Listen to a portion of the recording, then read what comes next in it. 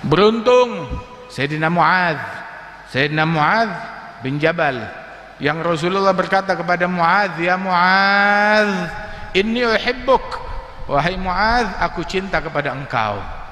Nabi Muhammad bilang kepada Muadz, aku cinta kepada engkau. Fala tad'anna an taqra dubura kulli shalah Allahumma a'inni ala dzikrika wa syukrik husni ibadatik. Jangan tinggalkan untuk kamu baca tiap habis salat, Allahumma a'inni ala dzikrika wa syukrika wa husni ibadatik. Ada Sayyidina Muadz. Dulu Sayyidina Muadz bin Jabal itu ada orang yang ngaduin kepada Rasul sallallahu alaihi wasallam. Dia bilang, "Ya Rasulullah, saya ini dituduh munafik oleh orang kampung saya." Loh, kenapa? Ya gara-garanya saya sholat bermakmum, saya nggak kuat sama imamnya, kepanjangan. Jadi ya saya niat mufaragah, saya selesaikan sholat saya dengan singkat, terus saya jalan. Orang-orang masih belum ruku, belum sujud, saya udah pulang duluan. Terus orang-orang marah sama saya, dibilangnya saya munafik. Dia bilang, memang imamnya baca apa? Imamnya baca surat Al-Baqarah. Siapa imamnya? Muadz bin Jabal. Maka Rasulullah marah. Dipanggil Muadz menghadap kepada Rasulullah, ditegur oleh Nabi Muhammad. Nabi menegur Sayyidina Muadz bukan karena benci, karena cinta kepada Sayyidina Muadz bin Jabal. Rasul sampai bilang kepada Sayyidina Muadz, "Ya Muadz, afattanun anta ya Muadz? Apakah engkau ingin menimbulkan fitnah, kekacauan di tengah-tengah masyarakat wahai Muadz?" Membuat resah. Apa yang dilakukan Muadz? Dia baca Quran, dia sholat, akan tetapi ketika yang dia lakukan nggak sesuai dengan apa yang diajarkan oleh Nabi Muhammad SAW, maka timbul pertentangan di masyarakat. Sehingga Rasul bilang, fulan dia itu menyingkatkan sholatnya gara-gara nggak kuat ikut sholat bersama engkau. Apabila kamu sholat, maka bacalah surat-surat yang pendek, hal ataka sabbihisma wasyams wal laili, dan surat-surat yang semacam itu. Kata Rasul sallallahu alaihi wasallam dalam hadis yang lain, idza shalla ahadukum bin nas fal yukhaffif fa inna fihim al kabir wal marid wa dzul hajah. Apabila kalian salat ngimamkan manusia, maka ringkaskan, sebab di antara mereka itu ada orang yang tua, yang sepuh, ada orang yang sakit, ada orang yang punya hajat. Kata Rasulullah sallallahu alaihi wasallam, "Wa idza shalla wahdahu falyutil ma syaa." Apabila salat sendirian silakan panjangkan sesuka hatinya. Nabi sallallahu alaihi wasallam, hal yang paling beliau sukai adalah salat. Beliau sampai bilang bahwasanya aku mencintai dari dunia kalian itu adalah salat. Ju'ilat qurratu aini fis shalah. Dijadikan hobinya saya, kesukaan saya di dalam salat. Ya qul Syekhana Al-Habib Zain bin Ibrahim bin Sumayt, beliau mengatakan bahwasanya walidzalik as-sada bani Alwi aktsar fathim fi shalah wirathatan an jaddihim al-azam sallallahu alaihi wasallam. Itu dijadikan hobi saya, kesukaan saya, kenikmatan saya di dalam salat, kata Rasulullah sallallahu alaihi wasallam. Hingga beliau, ada satu sahabat mau ikut sholatnya Nabi Muhammad.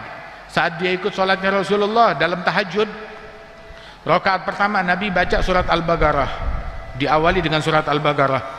Ini sahabat pikir mungkin 100 ayat lalu ruku', ternyata malah lanjut, bukan ruku'. Lanjut, pikir 200 ayat ruku', malah lanjut. Pikir selesai Al-Baqarah ruku', selesai surat Al-Baqarah, lanjut baca surat Al-Imran. Selesai surat Al-Imran, masih rakaat pertama, tidak ruku', lanjut surat An-Nisa. Selesai surat An-Nisa, lanjut baca surat Al-Maidah. Baru ruku'nya hampir sama panjang seperti berdirinya. Sujudnya hampir mendekati panjangnya ruku', dan begitulah sallallahu alaihi wasallam. Hobinya di dalam salat. Akan tetapi ketika beliau mengimamkan orang lain, maka takhfif yang dilakukan oleh Rasulullah sallallahu alaihi wasallam rahmatan bin nas. Sampai beliau Nabi Muhammad bilang, ya, saya itu kalau lagi sholat terus dengar suara bayi, saya cepetin, saya pengen manjangkan sholat saya. Tahu-tahu mendengar tangisan bayi, maka saya ringkaskan. Kenapa? Sebab kepikiran ibu bayi tersebut pasti lagi sholat bermakmum kepada saya, dan kepikiran anaknya yang nangis. Maka saya ringkaskan untuk tidak membuat hati ibu tersebut menjadi risau akan anaknya. Sallallahu alaihi wasallam, beliau ma khuyyira baina amrain illa ikhtara aisarahuma, tidaklah disodorkan antara dua pilihan melainkan beliau memilih yang paling ringan bagi umatnya. Walidzalik najid fil ahadits, di dalam ahadits Rasul sallallahu alaihi wasallam, Nabi selalu berkata, laula an asyugga ala ummati, laula an asyugga ala ummati, kalau tidak khawatir memberatkan umatku, saya akan lakukan ini, saya akan perintahkan itu. Tapi khawatir memberatkan umat dari sisi takut itu diwajibkan oleh Allah kepada umat, memberatkan mereka, sehingga Rasulullah Shallallahu Alaihi Wasallam memilih untuk memberikan keringanan kepada umat. Di dalam hadis Rasulullah menyatakan, innama bu'istum muyassirin walam tub'atsu mu'assirin, kalian dibangkit oleh Allah untuk memberikan kemudahan kepada masyarakat, bukan untuk nyusahin orang, bukan untuk mengganggu orang, bukan untuk bikin orang menjadi bingung, memberikan kemudahan kepada orang. Nabi bilang, yassiru la tu'assiru, basyiru wa la tunaffiru, beri kemudahan, jangan dipersulit selama enggak keluar dari koridor syariat. Perdekat, jangan diperjauh, beri kabar gembira, jangan nakut-nakutin orang.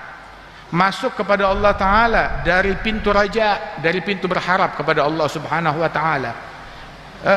Sampai dikatakan tuh, jadilah kita orang-orang yang membuat orang cinta kepada Allah, rindu kepada Allah, senang kepada Allah Subhanahu Wa Ta'ala. Jangan ditakut-takutin orang. Wahakadha yang diajarkan oleh Rasulullah Sallallahu Alaihi Wasallam.